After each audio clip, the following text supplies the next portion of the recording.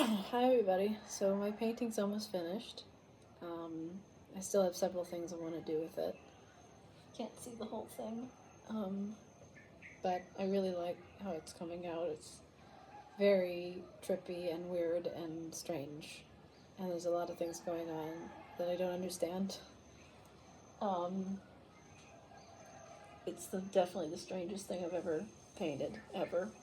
And I don't really even know what's going on with it, or it seems like these two creatures are coming out of the abyss, and there's planets and stuff, and they're set on fire, and there's some other things I want to do with it, so we'll see.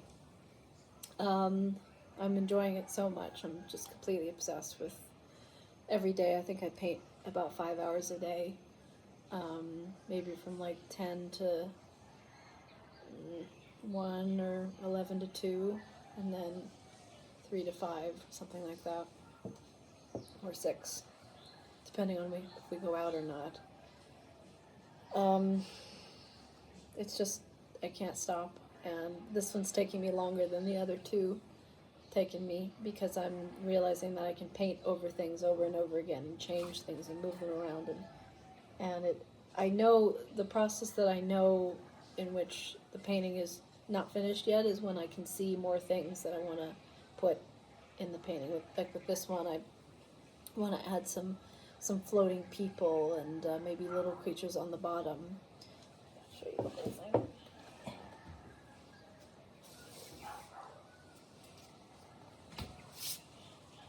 I want to have some little floating things down there, and I love all the hands and these creatures with mouths and all. It's just so cool. I'm so proud of it. I definitely am a person who has a lot of experience with this, that I'm a person who I make a lot of things and I don't receive much of anything for it. And this is something that we as artists really need to learn how to do. Like, we need to become expert skills at this, is to be able to work really hard for nothing for years and years and years and years and years. It's necessary to be a great artist, is to be able to do that, and to do it joyfully, and to do it happily, and to not look at what you create as that you're creating it because you want to make money, or you want people to look at you, or you want people to be interested. Because the thing I've learned is that people are interested when you create things. So I'm actually interested in maybe recording an album or something, doing my own thing, because maybe one of these days people will be interested in all the music we've recorded, and that we'll then have it available for people to enjoy. And right now there's not much interest at all. And that's okay. Just have to be okay with that. And that it's really hard to be okay with and also allowing the feelings of wanting recognition and wishing for money and wishing for fame and all that's okay too. That it's okay to want those things, and it's okay to feel like you should be compensated for what you do creatively. There's nothing wrong with you for feeling that way. So it's been something all my life I've struggled with, and I know I've talked about it a lot, but it's a really important thing for me as a performer and as an artist. Is if I can't do things just for myself, I would never do anything, because we live in a world in which it's so oversaturated by so much art and so much music and so much content and entertainment that people don't really care about anything new, because there's just so much to imbibe already. And it's actually really hard to find and support new artists and new ventures and new things. It's really only things that are established and recognized that people really get behind and want to support. Because and it's really hard to even find artists and creative people that are even worth the time to pay attention to, who are unknown and are really gifted. But it's just something that, like with my painting process, it's 5 to 6 hours a day of work. By the mid-afternoon, when it's really hot, I'll feel like I'm losing my fucking mind because I've been painting for hours, and it's always working on these little details and things. But I'm so in the space of joy when I'm doing it, and in this obsessive need to create something that's in my imagination. And someone, actually, someone who just recently discovered us on our channel, which I find amazing because the channel doesn't really have much attention. They asked me, what is this story of this art piece, and how did I come up with the idea for it? And I don't come up with ideas for my art. I just make it. I just do it. I'll have a vision, and I definitely will see. I feel like the painting tells me what it wants to do and where it wants to go and what it wants to be. And I'm just there as a kind of a conduit for it. And my skill set gives me the ability to create the things that the painting tells me it wants to do. Like with this one, it's almost finished, but I see other things, like little beings floating around over on the outside of it, or stuff like that. And until the painting stops telling me what it wants, then it's done. You know, when it stops telling me things and it stops giving me ideas, then it's finished. And when I'm in the middle of it, like the other day, I got to this point where I was creating the parts of where it looks like it's on fire. The creatures look like they're on fire. It just blew my mind because I was like, they look like they're on fire, and that wasn't my intention. It was just kind of randomly putting colors around the creatures that looked interesting, and then all of a sudden it looks like they're on fire. So,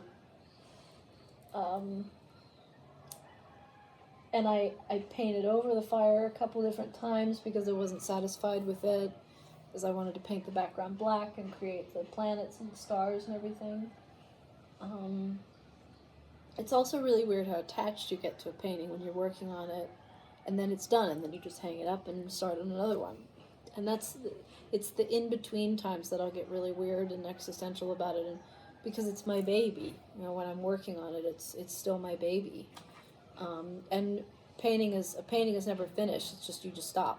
You just give up. You just stop working on it, and you start on something else. But I don't know how an image like this came to me. I have no idea where it came from or what it means or anything. It's totally up to people's interpretation.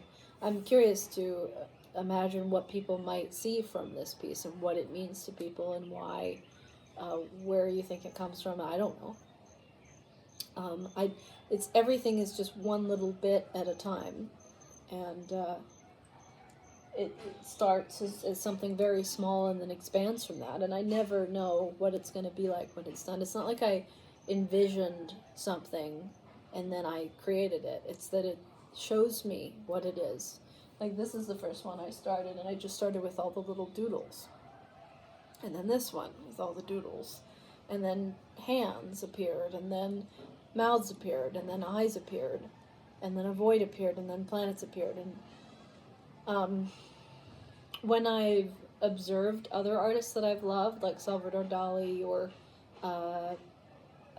who's that amazing dark, disturbing Polish painter that I love, you wonder, like, how did they come up with these images? And they don't. It's that they just start painting, and the painting becomes something that and depending on your skill level, you're then able to create it how the painting wants to be seen. And that's the truth. That's the truth with all art and all music, is that the amount of skill you have with painting or drawing or singing or dancing or whatever,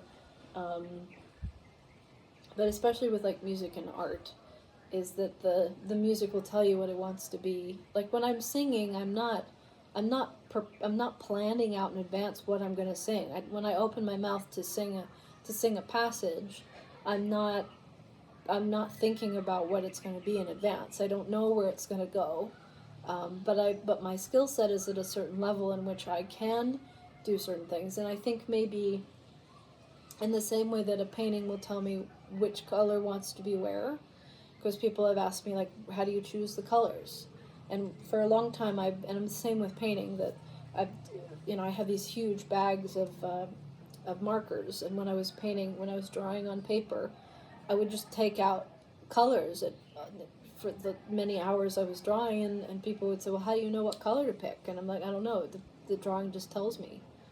And it's the same with the painting. It's when I first started this section, I was just kind of trying to use different colors, and I was mixing black with certain colors, with like pink or black with white, and mixing different degrees of those paints together, or blue, or mixing the blue and the pink together, or mixing orange and pink with black, and trying to see what those combinations would be. And instead of using a palette, I would just paint directly onto the canvas, and all these interesting colors would show up. So, and this little creature is lighter than that creature, and I liked it that way. And I started this one. I was just, and the painting actually started out was going to be a very bright, colorful painting, and it's still very trippy and psychedelic. My work tends to be very psychedelic. It's a really interesting aspect of being an artist, is the art tells you what it wants to be. And I think that only will make sense to other artists. Is, like, I'm not crazy when I say that, is that the painting tells me what it wants to be. The music tells me what it wants to sound like.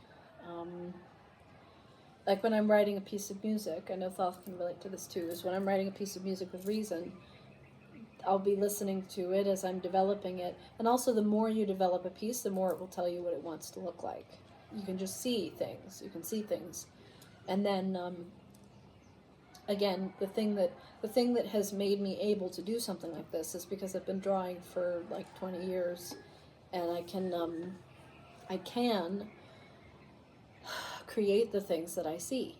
Like, I know I can put little floating people all around here. Gosh,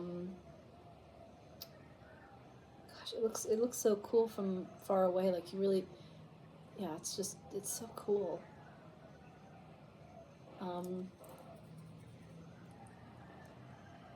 But that's the special thing about creating, is that when you're creating, you really are doing something completely your own. And I think the best creating is to just experiment and to go with the flow and not have a plan. And I remember talking to Thoth about it when I first started painting on canvas, and I should I prepare things in advance? Should I, like, put the whole canvas together and sketch it all out and have it all prepared and then paint it? And he said, I think being spontaneous with it is the best way to be, is just letting it be whatever it's going to be. Like, I would never have thought of something like this, I would have never thought of, like, oh, let me paint 2 4 or 5 armed creatures with mouths screaming at something in the middle that's floating off into space, and there's a bunch of planets behind it. I would never have come up with that in my head. The only reason and I've said to myself over the years that I've thought of myself as not a very, where it's hard for me to come up with ideas for paintings, but I think as an artist, it's really not about coming up with an idea. It's not like you have an idea when you start. It's that you just start. You just do it, and then something shows up that is completely unexpected. And the more you trust yourself, and the more you go with it and go with the flow, then the more you're going to find that you're going to surprise yourself. I surprise myself every time I start a new piece, and I never know what it's going to be or what's going to happen. And it's such an adventure too, because I'm going on this journey with this painting, and it's with me for many weeks. This is now, I think it's been over 2 weeks that I've been working on this piece, and it's a really amazing experience and I'm so grateful that I've been drawing for so long, that I've gained the skills that I want in order to actually be able to execute these really fantastical things. And I think I'm just going to get better and better, because this is only my 3rd painting. And I remember when I did my first one, the small one, and wasn't anywhere near as spontaneous and free. I was really saying like I thought I needed to plan things out and be more precise with everything. But for me, the thing I'm learning day by day with my art and my creativity is that when I just trust myself, the more I trust myself and the more I just let myself go and do things with, just spontaneously without thinking, the that I am skilled enough to be able to refine it into an image or whatever that I really like and that I'm proud of. And I find that the more experimental I am and the more free I am with the process, the better the piece ends up being. And that might seem counterintuitive because when you might feel like if I'm really controlled and do everything just so and everything very precisely and whatever, then it will be the thing I want it to be. Whereas when you make art that's really, really controlled and really anal retentive and OCD, which I've done, it ends up feeling very one-dimensional and not very vibrant.